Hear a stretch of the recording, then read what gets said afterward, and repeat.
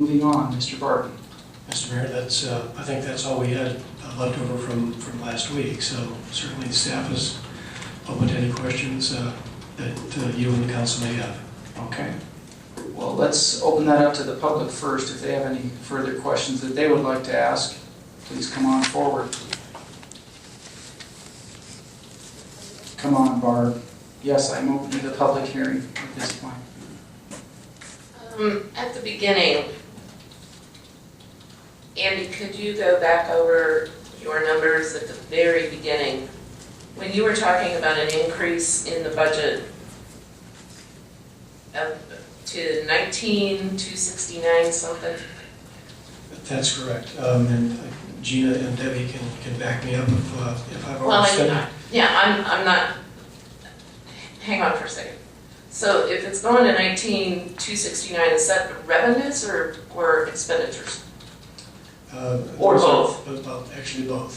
So you're still presenting a balanced budget? That's correct. Okay.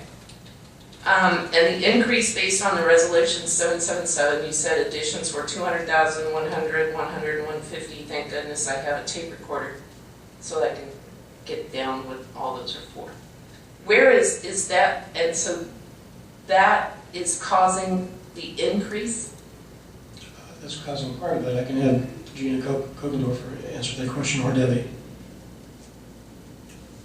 No, the increase is the 400,000, the 150,000, sorry, let me back up. 200,000, 100,000, 100,000, the 150, the 1,200 we added to the judge's budget, and the 1,500 for the MOU.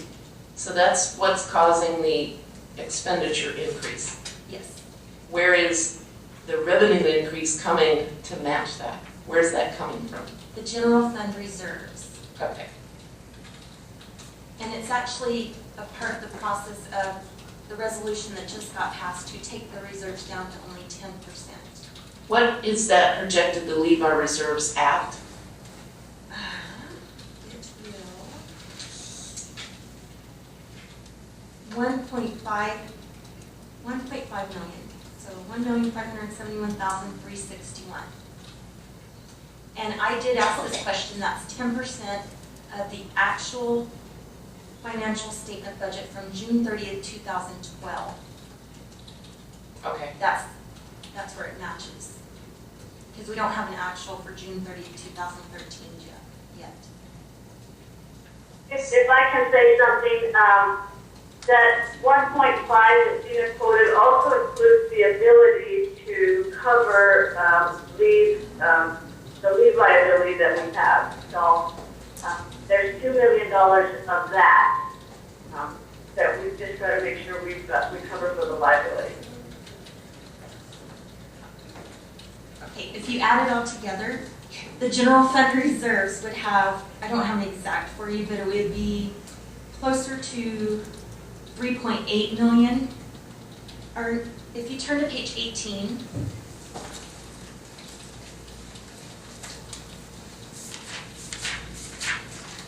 in the box in the middle of that page for the general fund, at the bottom of that second box, it shows you in the general fund reserve balance, there's going to be 150,000 restricted for litigation purposes if needed.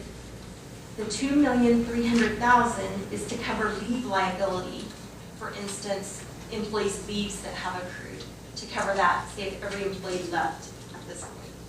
And then that would leave the 1.571. Okay. Thank you.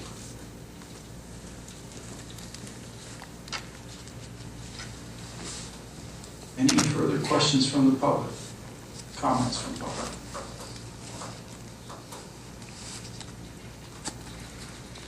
Okay, seeing none, we'll close public hearing. Any questions from council or comments? Councilman Lippman, you're up. Yes, thank you, Mayor. Were we going to bring up again the issue of revenues from recreation center? We discussed that last time. As far as an increase or what we were looking at possibly. Councilman, we need a little bit more time to look at it. So you're going to do the study on that then? Yes. And take a look at it? We intend to, we just didn't have it ready for today. Can we get a date certain sometime when you'll have that available for us? just ask my leisure services director. You do? I stand corrected. Mr. Dangerfield has the information, so council wishes to hear him. Come on up. And we'll get to you, Councilman Woodhull. Mayor and Council, Brian Dangerfield, Director of Athletics and Leisure Services. We did this study actually last year and did a quick update, compared Mesquite's rec center rates with Clark County, Henderson, Nevada, Washington County up in Utah. With Clark County, the youth rates were about $1 cheaper for a daily rate. Our adult rates are $1 more expensive than Clark County. Seniors were $1 per day cheaper. For annual fees, we are about half of what, let's say, Washington County has, and that's almost a brand new facility. Clark County, we are in line like a family rate season. We charge $245 per family, and they charge $499. Last year, we're very fortunate to have one of the foremost authorities on cost recovery and benchmarking studies. Dr. Dan McLean at UNLV has done studies on how raising prices for recreation centers, parks and recs, and looked at the different models and how government looks upon their parks, upon the recreation and fitness facilities, and different cities, different governments have different philosophies. Some want to privatize all of it. Others pay for it entirely. Henderson, for example, if you're a Henderson resident, you can go to a rec center and go virtually for free. You have to pay to go swimming, you have to pay for classes. And I did want to clarify, last week we talked about some of we have many classes that we have. And we have a lifelong fitness program for our seniors, and they pay $40 every quarter to be able to come and to take a Zumba class or various classes. So virtually there aren't really any programs that are for free. There are some that you'll be able to, once you have your gym membership, your rec center membership, you can come play basketball, you can go lift weights, go in the cardio room and do many other things. So we do charge fees for those. Questions for Mr. Dangerfield? Councilman Rapson, is that a question? I know your light is on. Yeah, it's a question and it's sort of a comment. I don't